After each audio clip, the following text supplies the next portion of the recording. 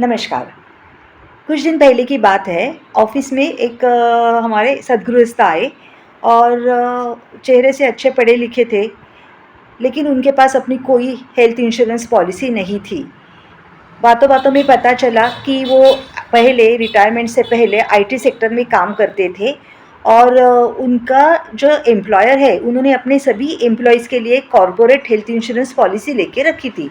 इसलिए इन्होंने अपने लिए अलग से कोई इंडिविजुअल हेल्थ पॉलिसी नहीं ली और रिटायरमेंट के बाद फिर उनको पता चला कि उनके पास कोई हेल्थ इंश्योरेंस पॉलिसी नहीं है अपनी और उनको काफ़ी सारे लाइफ डिसीज़ेज़ थे जैसे डायबिटीज़, ब्लड प्रेशर एक्सेट्रा। तो मुझे लगा कि ये सब्जेक्ट जो है corporate health insurance policy and individual health insurance policy, इसके बारे में जानकारी देना लोगों को ज़रूरी है क्योंकि ये जानकारी नहीं होने की वजह से उनको भविष्य में बहुत सारी दिक्कतों का सामना करना पड़ सकता है। तो पहले हम लोग समझ लेते हैं कॉर्पोरेट हेल्थ इंश्योरेंस क्या होता है। तो देखिए, बड़े-बड़े कॉर्पोरेशन जो रहते हैं, वो अपने जो एम्प्लॉइज़ हैं, उनके लिए एक ग्रुप हेल्थ इंश्योरेंस पॉलिसी लेते हैं, जिसको बोलते हैं कॉर्पोरेट हेल्थ इंश्योरेंस पॉलिसी। उसकी वजह से क्या होता है, एम्प्लॉय के मन में एम्प्लॉयर को लेके एक अच्छी सद्भावना तैयार हो जाती है कि मेरा एम्प्लॉयर मेरा कितना ख़्याल रखता है, मेरे लिए हेल्थ इंश्योरेंस पॉलिसी निकाल के रखी है। इसके लिए वो एम्प्लॉय जॉब हॉपिंग नहीं करते हैं। और अभी ये कॉर्पोरेट हेल्थ इंश्योरेंस पॉलिसी किस तत्व पे काम करती है, थोड़ा हम लोग समझ लेते हैं। जैसे मैं हमेशा बार-बार कहती हूँ कि इंश्योरेंस एक व्यवसाय है और वो व्यवसाय का जो बेसिक तत्व है, नफ़ा और नुकसान, इसके ऊपर काम करता है। तो आपको पता है कि आप कभी कोई चीज़ लेने के लिए जाते हैं, और आप बड़े क्वांटिटी में कोई चीज़ लेते हैं, तो आपको दुकानदार काफ़ी सारे फैसिलिटीज़ देता है, काफ़ी सारे डिस्काउंट्स देता है। वैसे ही है, जब कोई एम्प्लॉयर या कोई कॉर्पोरेट ऑफिस अपने इतने सारे एम्प्लॉइज़ का 50,000, 100, 200, 2000, इतने सारे जितने भी उनके पास एम्प्लॉई, बहुत सारे एम्प्लॉइज़ काम करते हैं, तो इन सभी एम्प्लॉइज़ के लिए किसी इंश्योरेंस कंपनी को अप्रोच करता है, तो इंश्योरेंस कंपनी क्या देखती है कि एट वन लॉट उनको इतना सारा बिजनेस मिल रहा है, तो इंश्योरेंस कंपनी क्या करती है, उनको काफ़ी सारा डिस्काउंट प्राइसिंग में लगा देती है। इसके लिए ये जो कॉर्पोरेट हेल्थ इंश्योरेंस पॉलिसी होती है ना, उसका premium individual health insurance policy से काफ़ी कम रहता है। दूसरा क्या होता है, इतना बड़ा बिजनेस जब कोई कॉर्पोरेट इंश्योरेंस कंपनी को देती है तो उनका निगोशिएटिंग पावर भी बढ़ जाता है। तो वो बोल सकते हैं तभी किसी इंश्योरेंस कंपनी को कि जो आपकी जो स्टैंडर्ड हेल्थ इंश्योरेंस पॉलिसी है, उसके जो कवर के टर्म्स एंड कंडीशन है, उससे अलग मुझे अपने एम्प्लॉयज़ के लिए टर्म्स कंडीशन चाहिए। मीन्स वो जो एम्प्लॉयर होता है वो अपनी ज़रूरत के हिसाब से वो प्रोडक्ट, इंश्योरेंस प्रोडक्ट को बदल सकता है, उसको कस्टमाइज़ कर सकता है। ठीक है? तो स्टैंडर्ड हेल्थ इंश्योरेंस पॉलिसी के कवर स्टैंडर्ड रहते हैं, लेकिन कॉर्पोरेट हेल्थ इंश्योरेंस पॉलिसी के कवर कस्टमाइज़ हो सकते हैं। एम्प्लॉयर अपने हिसाब से उसमें कम ज़्यादा कवर्स में कर सकता है। और कभी-कभी इंश्योरेंस कंपनी भी खुश होती है कि इतना सारा बिज़नेस हमें एक साथ मिल रहा है, तो वो भी कुछ अपने कंडीशंस को शिथिल करती है। कॉर्पोरेट इंश्योरेंस में ये फ़ायदा हो सकता है कि इंश्योरेंस कंपनी बोल सकती है कि हम लोग आपको वेटिंग पीरियड भी नहीं लगाएंगे, जो अदर डिसीजेस के लिए रहता है, कैटरैक्ट वगैरह के लिए जो वेटिंग पीरियड रहता है ना नॉर्मल 2 साल का, वो हम लोग आपको नहीं लगाएंगे। और प्री एग्जिस्टिंग डिसीज़ भी पॉलिसी के शुरुआत से ही हम लोग कवर करेंगे, एक पहले दिन से ही पॉलिसी के हम लोग प्री एग्जिस्टिंग डिसीज़ कवर करेंगे और उसके लिए भी कोई वेटिंग पीरियड नहीं रहेगा। और कभी-कभी मैंने जैसे बोला प्रोडक्ट कस्टमाइज़ भी हो सकता है। अगर किसी कॉर्पोरेट को लगता है कि हमारे पास यंग एम्प्लॉय ज़्यादा है, तो मैटरनिटी का उनको खर्चा हो सकता है, तो वो बोल सकते हैं कि हमें अपने कॉर्पोरेट हेल्थ इंश्योरेंस पॉलिसी में मैटरनिटी कवर भी चाहिए। तो कोई-कोई इंश्योरेंस कंपनी में जो स्टैंडर्ड हेल्थ इंश्योरेंस कवर रहता है ना इंडिविजुअल, उसमें मैटरनिटी कवर नहीं रहता है, लेकिन कॉर्पोरेट हेल्थ इंश्योरेंस में वो मैटरनिटी कवर भी दे सकते हैं।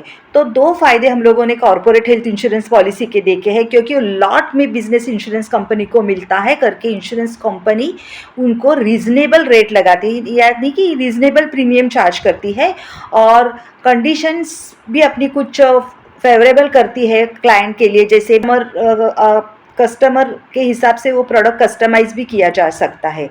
इसके एकदम उल्टा क्या होता है, अपना स्टैंडर्ड हेल्थ इंश्योरेंस पॉलिसी रहता है ना इंडिविजुअल के लिए। मीन्स कोई बंदा इंश्योरेंस कंपनी को अप्रोच होता है और बोलता है कि मुझे एक इंडिविजुअल हेल्थ इंश्योरेंस पॉलिसी चाहिए, तो उसका प्रीमियम ज़्यादा होता है, क्योंकि उसमें उसको वो जो ग्रुप का डिस्काउंट नहीं मिलता है ना, अकेला जाता है और ज़्यादा से ज़्यादा अपना फैमिली के लिए जाता है, तो उसको प्रीमियम ज़्यादा रहता है, उसके लिए सब वेटिंग पीरियड रहता है, प्री एग्जिस्ट इंश्योरेंस का जो स्टैंडर्ड कवर होता है वही उसको मिलता है, स्टैंडर्ड हेल्थ इंश्योरेंस का ही कवर उसको मिलता है। वो कवर में कोई भी अपना बदलाव नहीं कर सकता है, मुझे ये नहीं चाहिए, मुझे वो चाहिए, ऐसा बड़ा बदलाव नहीं कर सकता है। हाँ, उसको एक थोड़ा ऑप्शन रहता है कि थोड़ा सा प्रीमियम ज़्यादा भर के वो ऑप्शनल कवर ले सकता है, जैसे एम्बुलेंस का कवर ले सकता है, डेली असिस्टेंस का कवर ले सकता है। ऐसे जो ऑप्शनल कवर है लिमिटेड, जो एक्स्ट्रा प्रीमियम दे के कोई भी बंदा ले सकता है, वही वो ले सकता है। बाकी कवर में वो ज़्यादा बदलाव नहीं कर सकता जैसे कॉर्पोरेट हेल्थ इंश्योरेंस में होता है। ठीक है, तो मैंने आपको कॉर्पोरेट हेल्थ इंश्योरेंस के फ़ायदे बताए हैं, और स्टैंडर्ड अपना जो इंडिविजुअल हेल्थ इंश्योरेंस है उसको मैंने आपके नुकसान भी बताए हैं। लेकिन अभी मैं आपको स्टैंडर्ड इंडिविजुअल हेल्थ इंश्योरेंस या अपना स्टैंडर्ड फैमिली इंश्योरेंस जो पॉलिसी रहता है, means other than corporate health insurance policy, जो कोई भी इंडिविजुअल अपने लिए खुद के लिए लेना चाहता है या अपने परिवार के लिए लेना चाहता है, तो जो ऐसे standard individual health insurance policy या फैमिली इंश्योरेंस पॉलिसी के बहुत सारे फ़ायदे भी है जो मैं आपको अभी बताने वाली हूँ। उसका सबसे पहला फ़ायदा ये है कि उसमें इनकम टैक्स रिबेट मिलता है। वो पर्सन को इनकम टैक्स रिबेट मिलता है जो उसको कॉर्पोरेट हेल्थ इंश्योरेंस पॉलिसी में नहीं मिलता है। दूसरा ये फ़ायदा होता है कि देखो, सब इंश्योर्ड कॉर्पोरेट हेल्थ इंश्योरेंस में ना सब इंश्योर्ड लिमिटेड रहती है या तो कैडर वाइज रहती है। सपोज मैनेजरियल कैडर का बंदा होगा तो उसकी सम इंश्योर्ड 10 लाख होगी, क्लेरिकल लेवल का बंदा होगा तो उसकी लेवल उसका सम इंश्योर्ड 5 लाख होगी। तो मोस्ट प्रोबेबली कैडर वाइज उनका सम इंश्योर्ड का स्लैब रहता है। ठीक है, तो कोई अगर क्लेरिकल का बंदा अगर चाहता है कि मुझे 50 लाख का पॉलिसी चाहिए, तो वो नहीं ले सकता है, क्योंकि वो पॉलिसी के under maximum sum insured 10 lakh ही है या कैडर वाइज ही सम इंश्योर्ड फिक्स किया हुआ है। लेकिन इंडिविजुअल हेल्थ इंश्योरेंस पॉलिसी अगर कोई बंदा लेना चाहता है तो वो कम से कम 2 लाख से लेके 50 लाख 1 करोड़ जितना भी चाहिए वो ले सकता है, तो सम इंश्योर्ड का कोई लिमिटेशन नहीं रहता है। ठीक है, दूसरा इम्पॉर्टेंस और एक है कि बहुत बार क्या होता है, कॉर्पोरेट हेल्थ इंश्योरेंस तो सबके पास होता है, लेकिन आप किसी एम्प्लॉयर को अगर पूछेंगे कि आपके पास कॉर्पोरेट हेल्थ इंश्योरेंस पॉलिसी है, हाँ है ना, है कवर है आप उसमें, हाँ हाँ है ना, है, मैं कवर हूँ उसमें, बट आपका कॉर्पोरेट हेल्थ इंश्योरेंस पॉलिसी का सम इंश्योर्ड आपको पता है? कितने सम इंश्योर्ड के लिए आप कवर है, पता है? नहीं, बिल्कुल नहीं। आपके कॉर्पोरेट हेल्थ इंश्योरेंस पॉलिसी में आपको क्या क्या कवर दिए हुए हैं आपको पता है? नहीं, ये भी पता नहीं है। आपके कॉर्पोरेट हेल्थ इंश्योरेंस पॉलिसी में कौन कौन से फैमिली मेम्बर्स कवर है, स्पाउस कवर है, बच्चे कवर है, या मम्मी डैडी भी कवर है, या इन लॉज भी कवर है, आपको कुछ पता है? नहीं, कुछ भी पता नहीं है। नहीं होता है, क्योंकि क्या होता है, कॉर्पोरेट हेल्थ इंश्योरेंस पॉलिसी जब कोई कंपनी लेती है तो वो जो टर्म्स कंडीशन सब निगोशिएट करते हैं ना, तब एचआर के या फाइनेंस के बंदे इंश्योरेंस कंपनी के साथ टर्म्स कंडीशन सब निगोशिएट करते हैं। बहुत कम बार एम्प्लॉयज़ का या एम्प्लॉयज़ के किसी एसोसिएशन का उसमें पार्टिसिपेशन रहता है ना। तो कैसे पता होगा एम्प्लॉयज़ को कि कवर क्या है, सम इंश्योर्ड क्या है? कभी कभी या बहुत बार ऐसा भी होता है कि कॉर्पोरेट वो जो अपनी हेल्थ पॉलिसी रहती है, कॉर्पोरेट हेल्थ इंश्योरेंस पॉलिसी जो अपने एम्प्लॉयज़ को लिए लेते हैं, आइडियली उनको वो पॉलिसी अपने नोटिस बोर्ड पे लगानी चाहिए या किसी और तरीके से व्हाट्सएप ग्रुप पे या ईमेल के थ्रू अपने एम्प्लॉयज़ में सर्कुलेट करनी चाहिए, लेकिन बहुत बार ये सर्कुलेट नहीं होता है, तो बंदा अनभिज्ञ रहता है, उसको पता ही नहीं चलता है। हाँ, बस मेरे पास एक कॉर्पोरेट हेल्थ पॉलिसी है, लेकिन उसमें सम इंश्योर्ड क्या है, उसमें क्या क्या कवर है, क्या कवर नहीं है, फैमिली के कौन से मेंबर कवर है, उसको ये कुछ भी नहीं पता रहता है। और दूसरा क्या होता है मालूम है कि बहुत सारी संगठनाएं हैं, कॉर्पोरेट्स है, जो आफ्टर रिटायरमेंट ये बेनिफिट नहीं देते अपने एम्प्लॉयज़ को। जब इतनी जानकारी है तो private sector corporate health insurance policy में वही एम्प्लॉयज़ को कवर करती है जो वर्किंग रहते हैं।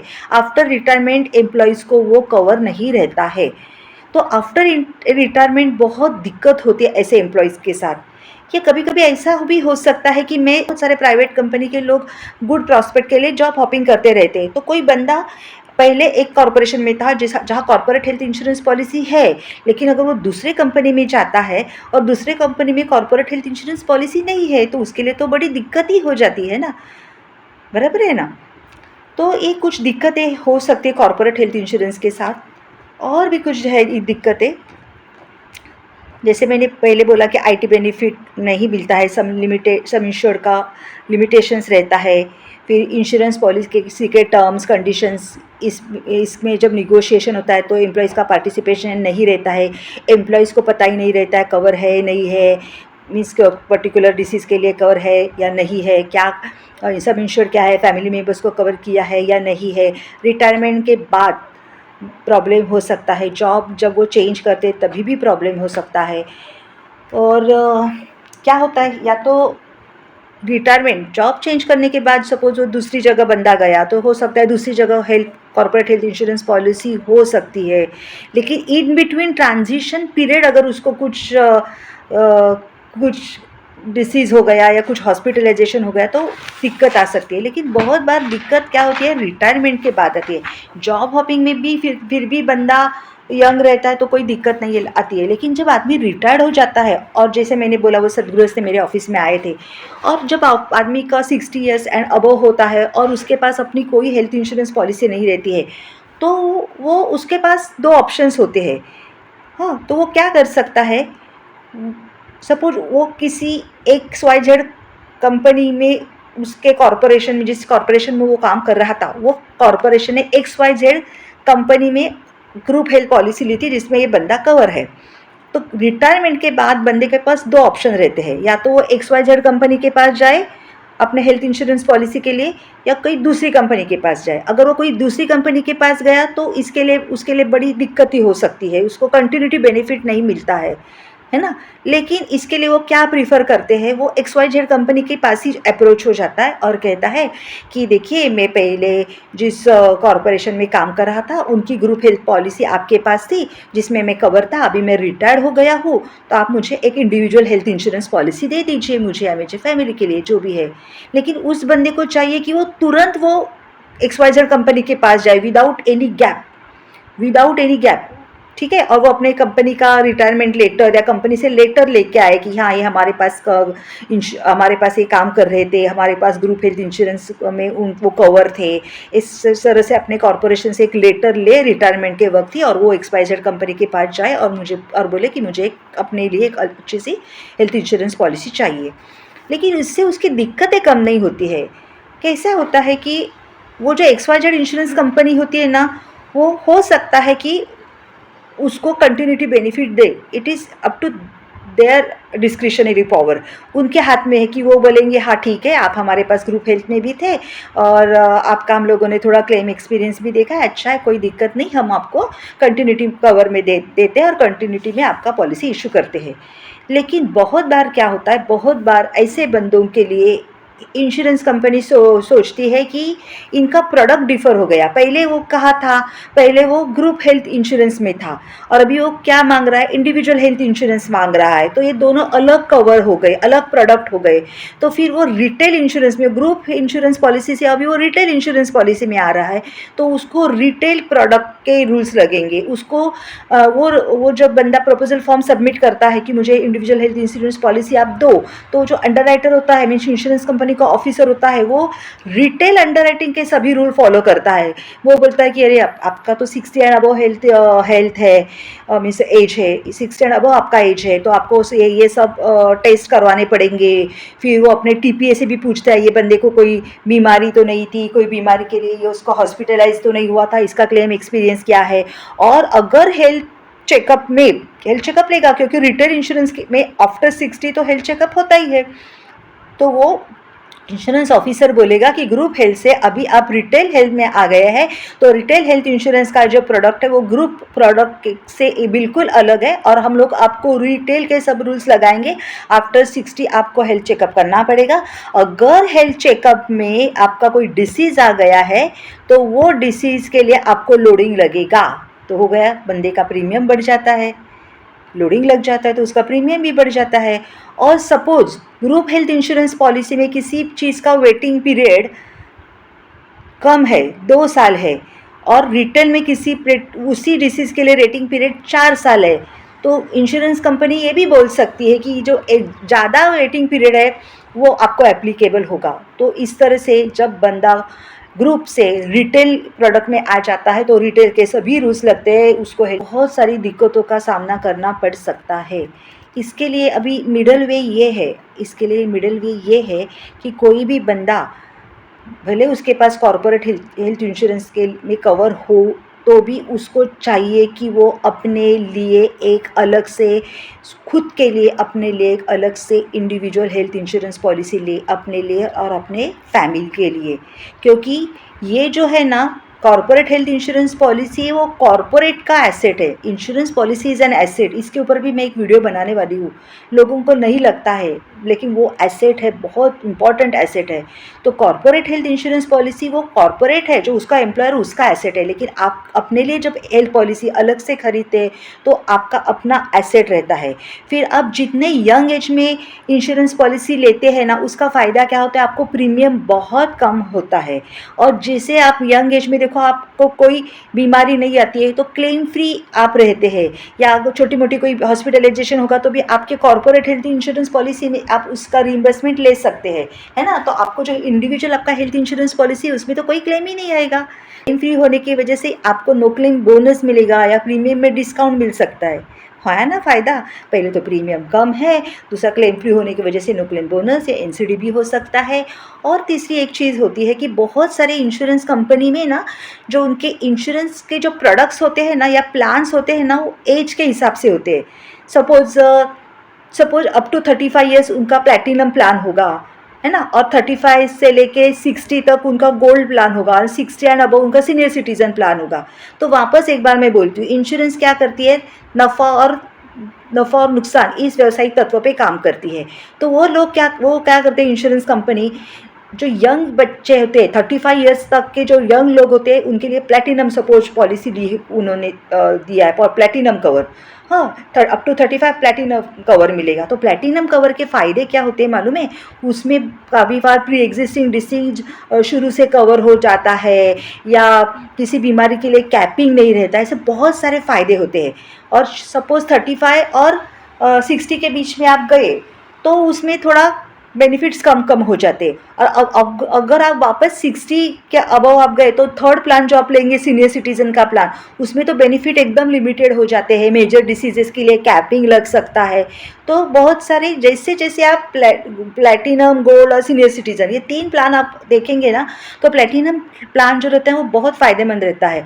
और जैसे जैसे आपका एज बढ़ता है उसके बाद में आप पॉलिसी लेते हैं ना, तो आपका कवर लिमिटेड ही कवर मिलता है, आपको प्रीमियम ज़्यादा देना पड़ता है और कवर लिमिटेड लेना पड़ता है। लेकिन आप किसी इंश्योरेंस कंपनी के प्लैटिनम कवर आपने ले लिया, या इसका मतलब है आपने यंग एज में कवर आपने ले लिया, फिर आपका एज कितना भी बढ़े, 35 से आप 35 से आपका एज बढ़ गया और आप गोल्ड प्लान के लिए अप्लाई हो गए, लेकिन आपको सभी कवर प्लैटिनम का मिलता है। इंश्योरेंस कंपनी ये नहीं देखती आपका एज क्या है, इंश्योरेंस कंपनी ये देखती है आपका एंट्री एज क्या है।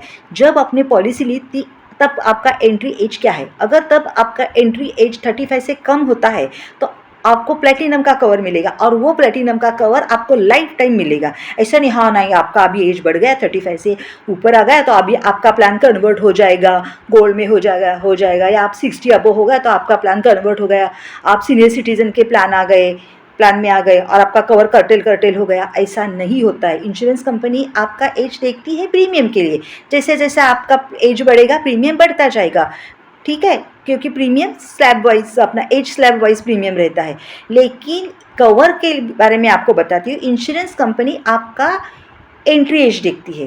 प्रीमियम के लिए इंश्योरेंस कंपनी आपका एज देखती है, लेकिन कवर के लिए इंश्योरेंस कंपनी आपका एंट्री एज देखती है। अगर आपका एंट्री एज में आप अच्छे प्लान में गए तो वही प्लान के कवर्स आपको लाइफ टाइम तक मिलते रहेंगे, चाहे आपका एज कितना भी बढ़ गया होगा। तो ये बहुत बड़ा फ़ायदा है। और मेरा एक ऑब्ज़र्वेशन है, कोरोना के पीरियड में क्या हुआ था, बहुत सारे कंपनीज़ के बिज़नेस ठप हो चुके थे, जैसे टूरिज़्म एंड ऑल। तो मैंने एक ऑब्ज़र्व किया था, एक अच्छे से कंपनी ने क्या किया, कोरोना पीरियड में इंश्योरेंस कंपनी को बोला कि हमारा बिज़नेस तो कुछ चल नहीं रहा है और हमें पैसे की बहुत दिक्कत है, तो हम लोगों ने आपको प्रीमियम के तौर पे जो पैसा दिया था उसमें से हमें कुछ रिफ़ंड चाहिए। और उसके लिए उस कंपनी ने क्या बोला कि हमने अपने एम्प्लॉय को भी कवर किया है और उनके पेरेंट्स को भी कवर किया है, तो अभी हमें पैसे की ज़रूरत है, बिज़नेस ठप हो गया है, तो आप पेरेंट का कवर निकाल दीजिए। पेरेंट का कवर निकाल दीजिए, सिर्फ एम्प्लॉय का कवर रखिए। तो जो कवर आप पेरेंट का निकालेंगे उसका जो प्रीमियम हम लोगों ने भरा वो हमें आप रिफ़ंड कर दो, हमें उसकी बहुत ज़रूरत है।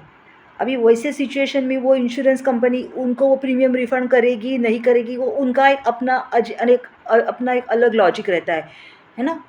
क्योंकि उन्होंने प्रीमियम ग्रुप के हिसाब से डिस्काउंटेड दिया था, फिर पेरेंट्स का क्लेम रेशियो क्या है वो उनकी अपनी लुकआउट रहता है। लेकिन एम्प्लॉयर ऐसा कर सकता है, एम्प्लॉयर कभी भी आपका कवर कर्टेल कर सकता है। वो डिपेंड करता है आपके एम्प्लॉयमेंट के क्या टर्म्स एंड कंडीशंस है। अगर आपके टर्म्स एंड कंडीशंस एम्प्लॉयमेंट में ऐसे लिखा है कि आपके बेनिफिट कभी भी कर्टेल कर सकते हैं बिना आपको कोई सूचना दिए, तो वो कर सकते हैं। और ये इसके ऊपर भी डिपेंड करता है कि आपको नौकरी की कितनी ज़रूरत है। कोरोना पीरियड में हर एक को नौकरी की ज़रूरत थी, तो लोगों ने सोचा जाने दो ना, पेरेंट का कवर निकाल दिया, लेकिन मुझे पगार पूरा मिल रहा है या मुझे पगार आधा मिल रहा है।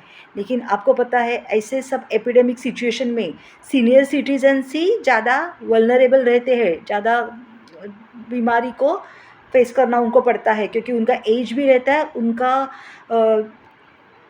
प्रतिकार शक्ति भी एज की वजह से कम हो सकता है, या उनको कोमॉर्बिडिटी या एज वाइज कुछ डिसीजेस भी रह सकते हैं।